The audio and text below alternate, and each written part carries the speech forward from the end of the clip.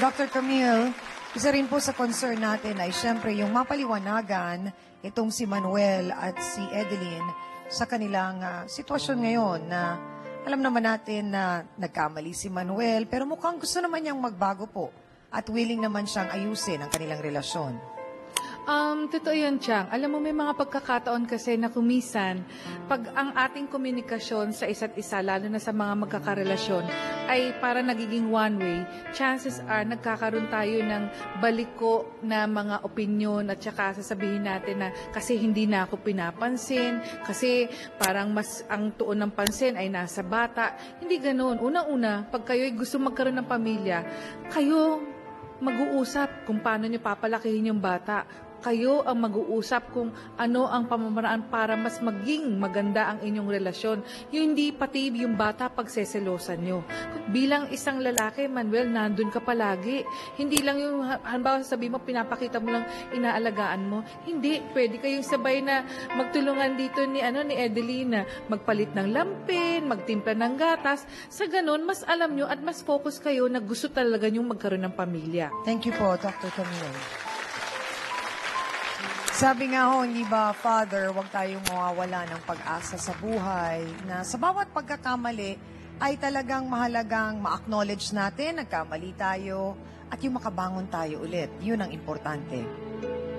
Yan po ang pinakamahalaga dahil ang Panginoon po ay nagbibigay sa atin ng pangalawang pagkakataon. Sinasabi natin, ang ating Diyos ay Diyos ng pangalawang pagkakataon, a God of second chance. Yan po ang kinakailangan natin ngayon, refocusing ng ating pagtahak sa landas ng kabutihan. Kaya anong kinakailangan dito? Christian education, we go back to the basic. Ano po ang basic? Ang hamon po ng binyag. Na tayo maging matapat sa binigay sa ating biyaya na natanggap natin sa binyag. Pero nakakalungkot dito na mas inuna ni Manuel ang matukso, mahulog sa kasalanan kaysa i-focus niya ang kanyang buhay sa pagpapabinyag ng kanyang anak. So hanggang ngayon, 8 buwan na ang bata ay hindi pa rin nabinyagan. So ang kailangan dito ay focus dahil may pananagutan ang bawat magulang sa paglaki at paghubog sa kanilang mga anak upang ang mga bata ay hindi mapariwara katulad ni Ibeb, katulad ni Manuel, iba pang mga kapatid nating medyo hindi tama ang tinatahak na landas sa buhay. Salamat po. Maraming pong salamat, Father Sonny Merida, ang ating pong trio tagapayo. Manuel, talaga bang pinapangako mo na magbabago ka na? Opo. Nakahingi ka na ba ng tawad kay Edeline? Yung talagang galing sa puso mo, ha? Hindi pa po. So, ito na ang pagkakataon mo. Edeline, sana mapatawad mo ako. Napatawad naman kita eh. Basta mag-sorry ka rin kay Beb. Beb, sana mapatawad mo ako, Beb. Sorry.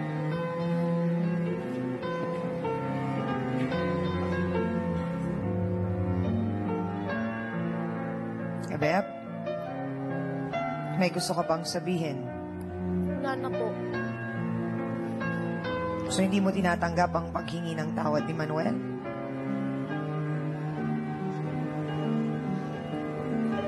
Beb? Natanggap ko po, basta wag niya lang po ulitin sa ibang babae yun.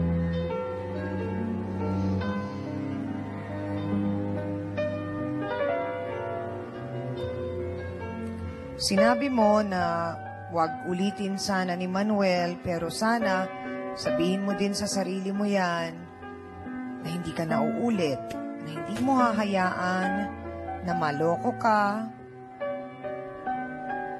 na matapos ang naging pag-uusap ninyo ni attorney, ni father, ni doktora, mas pahalagahan mo na ang pagkababae mo, ang sarili mo, maganda kang bata. Kung mag-aaral ka, tatapusin mong pag-aaral mo, malayo ang mararating mo. Beb, sana rin mas naunawaan mo na nasaktan mo talaga ang damdamin din ni Edeline bilang siya ang kinakasama. Kaya mo bang humingi ng sorry? Kaya po. Edeline, sorry na kung nagkaroon ako ng kasalanan sa'yo, pati sa'yo, Elsa. Basta ang inaano ko lang, magbago ka na. Kasi, Bata ka pa eh. maintindihan mo rin kasi ako ate ako Naawa naman ako sa'yo kasi yung ginagawa mo hindi tama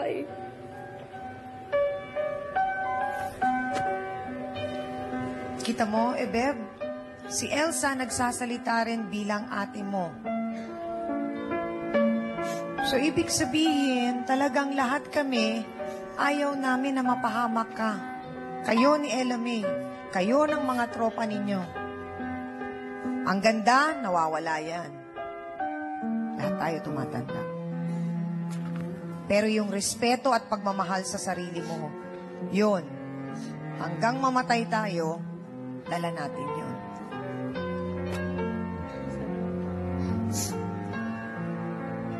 Maraming salamat sa pagtitiwalang binigay nyo sa aming programa at hangad namin na sana matapos ang episode na ito ay maging simula na ito ng bago at maayos na buhay para sa inyong lahat. Maraming salamat po. Aminan na po tayo mga kapatid. Ano bang magandang aral na naman ba ang natutunan natin sa ating issue ngayon? Para po sa mga kabataan ngayon, lalong-lalo na sa mga girls, nako, huwag po kayong basta-bastang naniniwala sa mga taong mabubulaklak ang mga dila, lalo na nga kung sila ay nakainom. At bago ninyo ibigay ang inyong tiwala, kilalanin po ninyo muna ng tunay o yung tunay din nilang pagkatao. At para naman sa mga magulang at sa mga tumatayong magulang, magkaroon po sana tayo ng isang bukas na komunikasyon para sa ating mga anak. At para po sa ating face-to-face, heart-to-heart thought for the day, sabi nga sa isang kanta, batang-bata ka pa at marami ka pang kailangang malaman at maintindihan sa mundo. Salamat sa inyong lahat mga kapatid. Salamat din sa aking co-host na si Hans Martel. Sa Dance Squad. Sa'yo B1 at B2.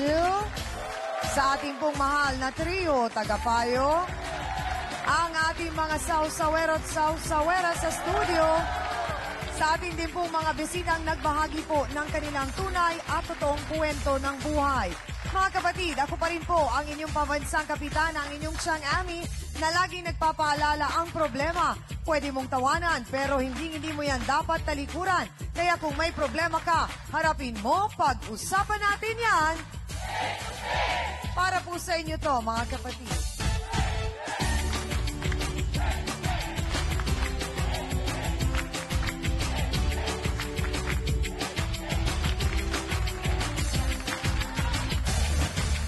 Ngayong Huwebes, lalaking may asawa sa rooftop nakikipag-romansa sa Quirida. Ang tanong ko, ikaw yung sinasama sa rooftop. Opo. Bakit sa rooftop? Para kita ang buwan, langit? Sige nga. Pag wala pong pera. Isa na namang nagbibinata tuwing wala ang asawa. Noong una po, sinabi niya sa akin na binata po siya. Basta't nakatalikod sa asawa, binata lahat yan. Tanga lang ang naniniwala. Bakit sa palagay mo ito biglang naging ganito si Eddie Boy? Siyempre, palay. Bumuka ka siguro kaagad. Akala ko dati ang palay may paalam. Ngayon, bumubuka ka pa siya. Diretso ang tanong, pipiliin mo ba si Miriam kesa sa asawa mo?